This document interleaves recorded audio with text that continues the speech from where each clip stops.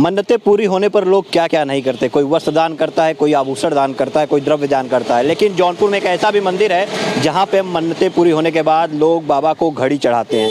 नमस्कार, मैं हूँ जर्नलिस्ट राजन और आज मैं मौजूद हूँ जौनपुर के घड़ी वाले बाबा के यहाँ, जो कि मड़ियाहू से मछली शहर मार्ग पे है। तस्वीरें हम आपको दिखाएं तो ये देखिए, ये वो धाम है बरम बाबा पहलवान बाबा धाम, और यहाँ की तस्वीरें मैं आपको दिखाएं। देखिए बड़े बड़े घंटे लगे हुए हैं। साथ ही यहाँ पे ये जो पीपल का पेड़ है, यहाँ पे अगर आप देखेंगे तो कई रंग बिरंगी जो है, कई डिज़ाइन की घड़ियाँ यहाँ पे लगी हुई हैं। एक नहीं, दो नहीं, बल्कि सैकड़ों घड़ियाँ यहाँ पे आपको देखने को मिलेंगी। और पूरे ये जो पेड़ है पीपल का, चारों तरफ अगर हम बात करें तो यहाँ जो है घड़ियाँ जो है टंगी हुई हैं। बताया जाता है कि लोगों की मनोकामना जो है वो पूरी होती है। उसके बाद लोग आते हैं यहाँ पे घड़ी चढ़ाते हैं, या फिर घड़ी चढ़ा के जब मन्नतें मांगते हैं तब लोगों की मनोकामना जो है पूरी होती है। तो जब मड़ियाहू से आप मछली शहर की तरफ चलेंगे तो तकरीबन 2 किलोमीटर चलने पे बाएं हाथ पे ये धाम है जहाँ पे घड़ी चढ़ाने से मनोकामना पूरी होती है। अगर इधर हम दिखाएं तो आप देखिए कई ढेर सारी घड़ियाँ हैं जो कि यहाँ पे पेड़ पर से उतार के भी रखी गई हैं। घड़ियाँ ख़राब हो गई हैं और यहाँ पे पड़ी, जो कि बरसात में भीगती होंगी तो जाहिर सी बात है कि ख़राब होंगी। और हम यहाँ के बारे में जानना चाहेंगे क्या यहाँ का इतिहास है, कब से ये परंपरा यहाँ पे शुरू हुई।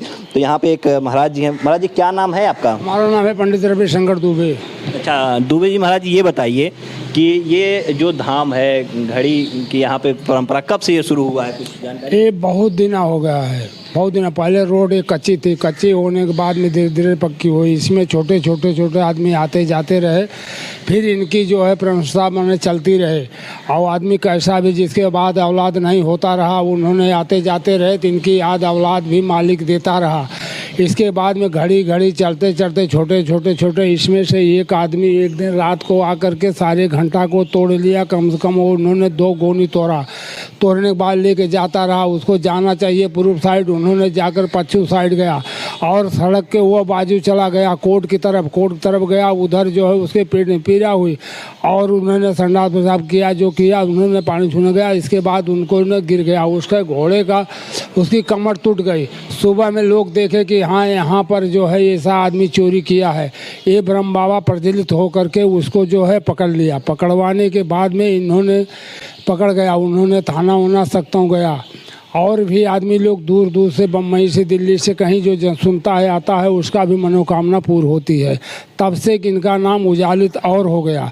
ये स्वयं जागते ब्रह्म बाबा हैं और इनके बाद सब बेच बिकिन करके सब बड़े बड़े घंटा, बड़े बड़े उत्सव, सब दूर दूर के आदमी आते हैं, सबकी मनोकामना पूरी करते हैं। अरे महाराज जी, ये घड़ी बांधने का सिलसिला, क्योंकि घड़ी चढ़ाने से मनोकामना, कुछ अजीब सा नहीं लगता ये परंपरा? की इच्छा है जिसकी जो परंपरा है, महाराज ये हम घड़ी बांध देगा या घंटा बांध देगा, जिसको जो इच्छा होती है वो अपने उस भाव से उसकी मनोकामना पूर्ण होती है, वो अपने मनोकामना को पूर्ण कर देते हैं। जैसा आपने बताया कि चोरी करके, तो जो घड़ियां लगी रहती हैं, घड़ियां नहीं चोरी होती? नई घड़ियां लोग, घड़ी जो लेता है मांग लेते हैं कि ब्रह्म बाबा हमको ये घड़ी दे दो जोन बाटे, तो ब्रह्म बाबा दे देते हैं।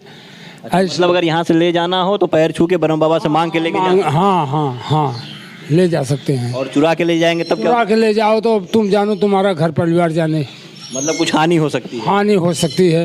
ये तो उनकी परंपरा है, चाहे तुमको आशीर्वाद दें चाहे कंग दें। एक कंगाल ब्रह्म बाबा नहीं है, ये धर्मी ब्रह्म बाबा है।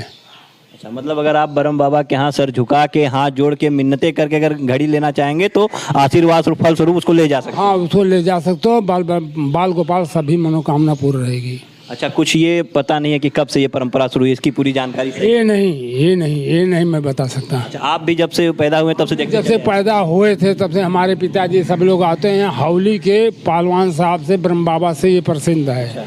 और यहाँ पर आदमी दिन में भी पहले छठ जाते रहे। और अब जो है इन्होंने सब मनोकामना सब पूर्ण करने लगे। सबको आशीर्वाद देना मिले, इनको भी शांति, हर एक इंसान को शांति मिली। अच्छा, अब जैसे अगर वो दुकानें भी हो गई हैं तो अब यहाँ पे चहल पहल? हाँ चहल पहल रहती है।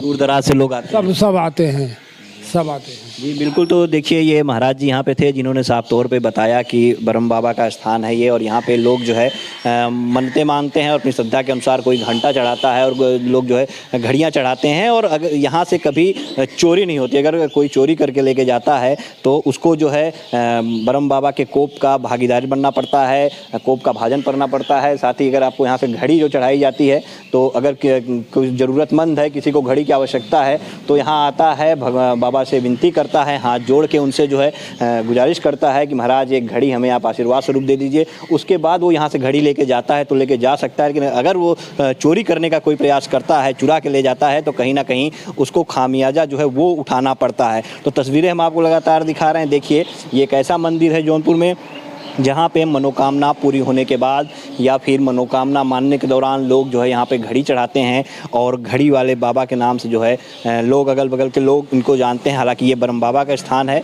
और यहाँ पे लोग आते हैं श्रद्धा के साथ जो है घड़ी चढ़ाते हैं। हम भी यहाँ पहुँचे और हमने भी एक मन्नत मांगी थी जो पूरी हुई, जिसके बाद हम भी आज यहाँ पहुँचे और बाबा के धाम में एक घड़ी हमने भी चढ़ाया और मनोकामना करेंगे कि हमारा और साथ ही हमारे दर्शकों का सबकी मनोकामना जो है बाबा पूरी करते रहें।